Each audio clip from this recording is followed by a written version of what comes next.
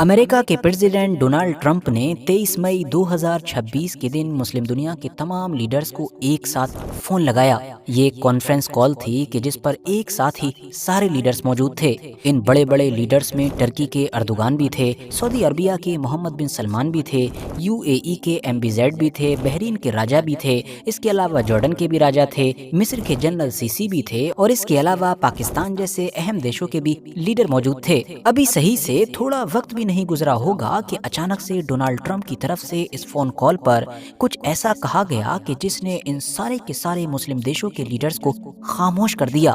پوری طریقے سے سناٹا چھا گیا۔ یہ سناٹا اتنا بڑا اور اتنا لمبا تھا کہ دوسری طرف موجود ڈونلڈ ٹرمپ کو یہ تک پوچھنا پڑ گیا کہ کیا آپ لوگ ابھی بھی فون کال پر ہو؟ مطلب کہیں ایسا تو نہیں کہ یہ سارے لیڈرز کال کو کاٹ کر واپس چلے گئے ہوں۔ مگر ظاہر ہے یہ سارے کے سارے لوگ ابھی بھی کال پر موجود تھے، نہ صرف موجود تھے بلکہ سب کچھ اچھی طرح سے سن بھی رہے تھے، لیکن اس کنڈیشن میں نہیں تھے کہ ڈونلڈ ٹرمپ کی کہی گئی اس بات پر ہاں یا پھر نہ میں جواب دے سکیں، کیونکہ ان کو پتا تھا کہ اگر انہوں نے زبان کھولی تو ان کے زبان کھولتے ہی مسلم دنیا کا جو سسٹم ہے وہ ابھی کے ابھی پوری طریقے سے بدل جائے گا۔ اب آپ لوگ سوچ رہے ہوں گے کہ اس کال میں ایسا بھی کیا تھا؟ آخر ڈونلڈ ٹرمپ نے وہ کون سی بات کہہ دی تھی کہ جس سے فوراً ہی مڈل ایسٹ بدل سکتا تھا، اور جس بات نے ان سارے کے سارے مسلم لیڈرز کو ہی خاموش کر دیا کہ جو مسلم لیڈر آئے دن اپنے اپنے دیشوں میں اپنے آپ کے بارے میں یہ دعویٰ کرتے رہتے ہیں کہ وہ مسلم دنیا کے سب سے طاقتور لیڈر ہیں۔ تو ساتھیوں، ان سارے سوالوں کے جواب جانیں اس سے پہلے آپ لوگوں سے بس ایک چھوٹی سی ریکویسٹ ہے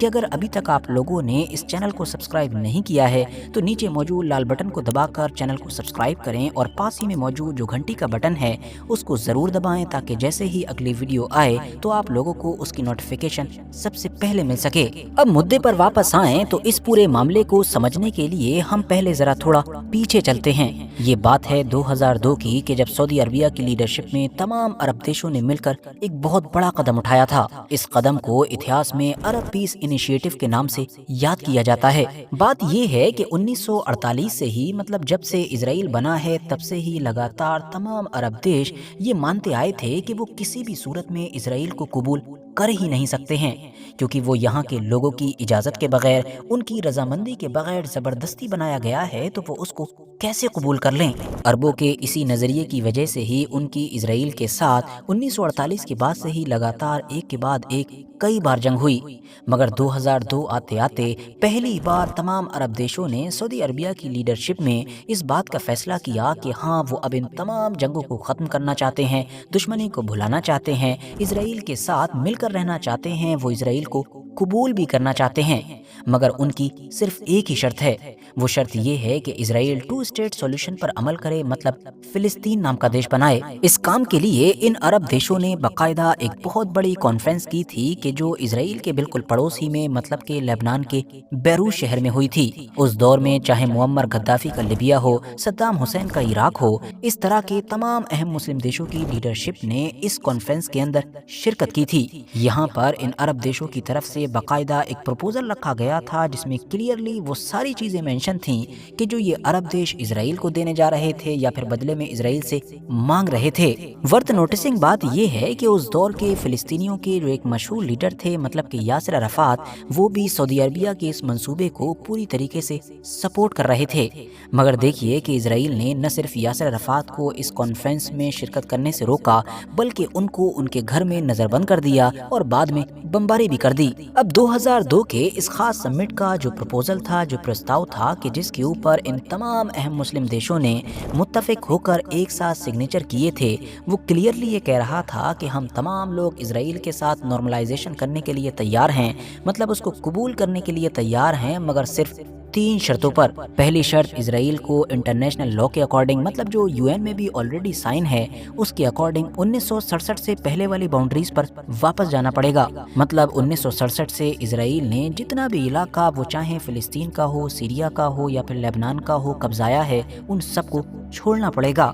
دوسری شرط یہ تھی کہ ایک پیلسٹینین اسٹیٹ قائم کی جائے گی جس کی راجدھانی ईस्ट यरूशलेम होगी, मतलब यरूशलेम शहर का वो हिस्सा कि जहाँ पर मस्जिद अक्सा का जो पूरा कंपाउंड है वो मौजूद है। और जो तीसरी शर्त थी वो ये थी कि फिलिस्तीन के जितने भी रेफ्यूजीज हैं कि जो दुनिया भर के इलाके में फैले हुए हैं, मतलब वो सारे लोग कि जिनको पहले 1948 में अपना घर बार छोड़कर जाना पड़ा था, या फिर बाद में होने वाली जितनी भी जंगें थीं वो चाहे 67 की हों या अलग अलग दौर की हों, उन तमाम में छोड़कर जाना पड़ा था, उन सब से कांटेक्ट किया जाएगा और उनके साथ इंसाफ किया जाएगा। मतलब दुनिया भर में फैले हुए वो सारे के सारे लोग जो ऑलरेडी 1 करोड़ हो चुके हैं, अगर उनको वापस लाना मुमकिन नहीं भी है तो बाकी किसी तरीके से उनके साथ कोई ना कोई एडजस्टमेंट की जाएगी। मतलब वो जिन जिन देशों में हैं वहाँ की उनको नेशनैलिटी दे दी जाएगी। इसके अलावा छानबीन की जाएगी कि जब उनको इस इलाके से निकाला गया था तो उनके बाप दादा का कौन सा मकान था, कौन सी जमीन थी, ताकि उसके अकॉर्डिंग उनको किसी तरीके से भरपाई की जा सके। अब देखने में तो पहली नजर में ही ये डील इजराइल के लिए काफी रियलिस्टिक लग रही थी,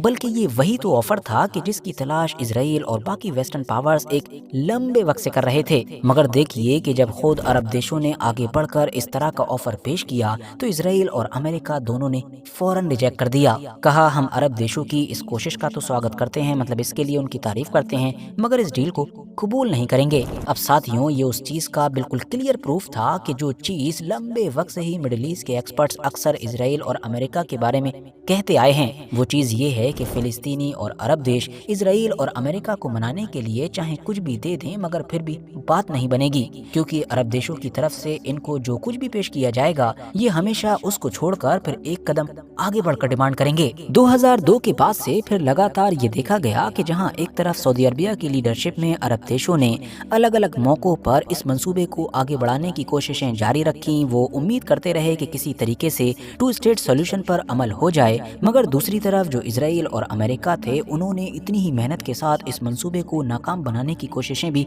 जारी रखी, बल्कि वो तो अब अपना खुद का एक नया मंसूबा लेकर आए। इन लोगों का ये जो नया मंसूबा था इसमें जाहिर है दूसरी पार्टी से तो ये बस यही मांग रहे थे कि वो इजराइल को कबूल कर ले, जबकि अपनी तरफ से वो फिलिस्तीन से जुड़ी हुई कोई चीज नहीं दे रहे थे, बल्कि बदले में हद से ज्यादा पैसा, बड़ी बड़ी डील और फाइनेंशियल फेवर दे रहे थे। और इस मंसूबे का पता दुनिया को 2020 में उस वक्त चला कि जब यूएई और बहरीन और मोरक्को जैसे देशों ने एक एक करके इसको साइन करना शुरू किया। इस मंसूबे और डील का नाम था अब्राहम अकॉर्ड। उस दौर में बहुत कम वक्त के अंदर ही इस अब्राहम अकॉर्ड को यूएई, बहरीन, मोरक्को, सूडान और कजाकिस्तान जैसे कई देशों ने साइन किया। अब जाहिर सी बात है इसमें से कुछ देश तो ऐसे थे कि जो पूरी तरीके से ही अब्राहम अकॉर्ड से जुड़ गए थे, जबकि कुछ ऐसे थे जो शायद आज भी पूरी तरीके से नहीं जुड़ सके हैं।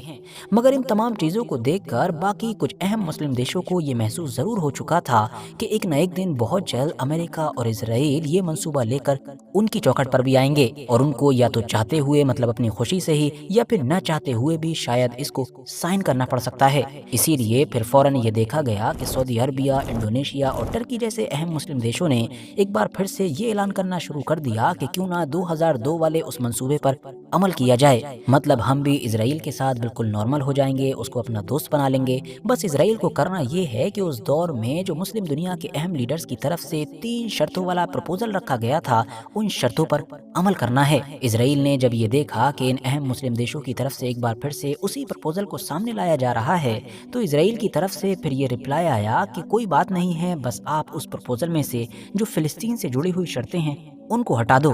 अब यहाँ पर हैरानी की बात यह है दोस्तों कि उस प्रपोजल के अंदर सारी की सारी शर्तें हैं ही फिलिस्तीन से जुड़ी हुई। अब यहाँ पर आप लोगों के लिए एक और इंटरेस्टिंग बात यह है कि 2024 में भी इस तरह की खबरें आई थीं कि सऊदी अरबिया ने एक बार फिर से इसी तरह का आइडिया दोबारा से उठाना शुरू किया था। मतलब ये कि क्यों ना 2002 वाले मामले पर अमल किया जाए और इजराइल के साथ नॉर्मलाइजेशन कर ली जाए, मगर इस बार भी इजराइल की तरफ से कोई पॉजिटिव इशारा नहीं मिला। मगर हाँ, यहाँ पर हमको ये भी नहीं भूलना चाहिए कि 2020 के बाद से अब तक उस अब्राहम अकॉर्ड में भी कोई तरक्की, कोई डेवलपमेंट नहीं हो सका है कि जिसको पूरी उम्मीदों के साथ अमेरिका और इजराइल के द्वारा लाया गया था, और जिसमें उनको शुरुआत में वाकई बड़ी तेजी के साथ कामयाबी मिली भी थी। और इस अब्राहम अकॉर्ड में भी 2020 के बाद से जो कोई भी डेवलपमेंट नहीं हो सका था, उसकी वजह वही कत्लेआम था कि जो 2023 से गाजा के अंदर शुरू हुआ। लेकिन साथियों, अब आप लोगों के दिमाग में ये भी सवाल आ रहा होगा कि आज अचानक से मैं आप लोगों को इतिहास की ये सारी चीजें क्यों सुना रहा हूँ। तो बात ये है कि यही अब्राहम अकॉर्ड का जिन एक बार फिर से बाहर आ चुका है। 23 मई 2026 की जिस कॉन्फ्रेंस कॉल का जिक्र हमने वीडियो के बिल्कुल शुरू में किया था, उस कॉन्फ्रेंस कॉल में दरअसल तमाम मुस्लिम लीडर्स से डोनाल्ड ट्रंप ने कुछ और नहीं बल्कि इसी अब्राहम अकॉर्ड को साइन करने के लिए कहा था, वो भी एक डिमांड के तौर पर या कहें दबे अल्फाजों में धमकी के तौर पर। मतलब डोनाल्ड ट्रंप ने ये कहा था कि अगर तुम चाहते हो कि ईरान के साथ डील हो जाए, जो जाहिर है तुम तमाम लोग शिद्दत के साथ चाहते हो, क्योंकि तुम में से कोई भी नहीं चाहता है कि एक बार फिर से एक ऐसी जंग शुरू हो कि जो पहले से भी ज़्यादा खतरनाक हो, तो अगर तुम वाकई चाहते हो कि ये डील हो जाए तो आप लोगों के लिए भी बेहतर ये है कि आप इस अब्राहम अकॉर्ड को बारी बारी से साइन कर लो। मतलब इस डील को और बड़ा बनाओ और इसराइल के साथ नॉर्मलाइजेशन कर लो। अब वैसे तो डोनाल्ड ट्रंप जिन तमाम देशों के लीडर से ये तमाम बातें कह रहे थे, उनमें से कुछ लीडर्स ऑलरेडी ऐसे हैं कि जो इसराइल के साथ नॉर्मलाइजेशन कर चुके हैं, मगर जाहिर सी बात है कुछ ऐसे भी हैं कि जो किसी भी सूरत में नॉर्मलाइजेशन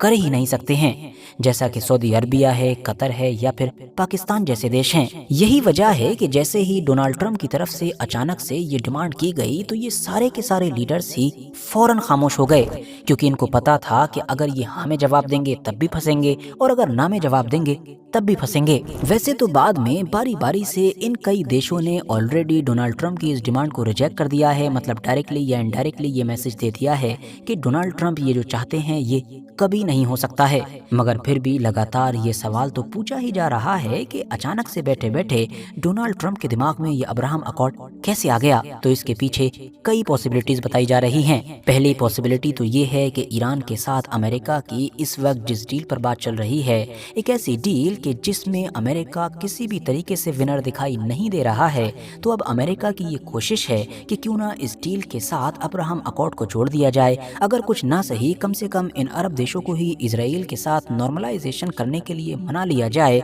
तो इस डील के साथ में ये दिखाने के लिए काफ़ी होगा कि देखिए हमने ये हासिल किया है। और इस तरह से फिर डोनाल्ड ट्रंप किसी ना किसी तरीके से अपनी आम आवाम में अपनी इस जंग को एक कामयाब जंग के तौर पर बेच सकेंगे। साथ ही साथ इसका एक और फायदा ये भी होगा कि इजराइल के जिसकी इमेज को ईरान जंग के बाद बहुत बड़ा झटका लगा है और मिडल ईस्ट में उसकी औकात काफ़ी घट चुकी है, उसको एक बार फिर से बॉस के तौर पर पेश किया जा सकेगा। दूसरी पॉसिबिलिटी ये है कि शायद डोनाल्ड ट्रंप को भी अच्छी तरह से इस बात का अंदाजा है कि ये एक ऐसी डिमांड है कि जिसको इनमें से कुछ देश ऐसे हैं जो किसी भी सूरत में मान ही नहीं सकते हैं, तो इसीलिए अब वो जानबूझकर अब्राहम अकॉर्ड वाला फैक्टर लेकर आ रहे हैं ताकि वो ईरान के साथ होने वाली डील से पीछे हट सकें। तीसरी पॉसिबिलिटी ये भी है कि शायद डोनाल्ड ट्रंप इस अब्राहम अकॉर्ड के जरिए से खुद इजराइल और उसकी जो ताकतवर लॉबी है उसको मनाने की कोशिश कर रहे हैं। मतलब वो लॉबी कि जो पिछले कई दिनों से इस बात के लिए डोनाल्ड ट्रंप पर हद से ज़्यादा प्रेशर डाल रही है कि वो ईरान के साथ कोई डील ना करें,